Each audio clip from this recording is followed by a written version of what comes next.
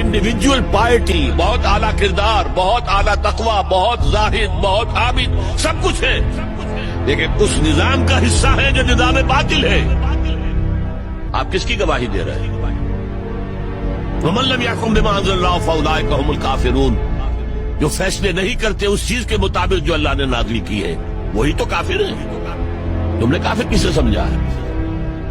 وَمَن لَّمْ يَحْكُم بِمَا أَنزَلَ اللَّهُ فَأُولَٰئِكَ هُمُ الظَّالِمُونَ، جو اللہ کی اتاری ہوئی شریعت کے مطابق فیصلے نہیں کرتے وہی تو مشرک ہیں۔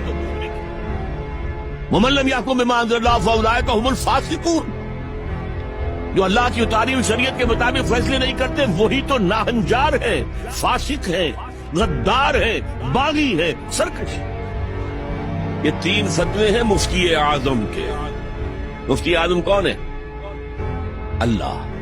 قرآن میں یہ لفظ آیا ہے اللہ کے لیے، یفتیکم یستفتونک، اے نبی یہ آپ سے فتویٰ مانگ رہے ہیں کلالہ کے بارے میں۔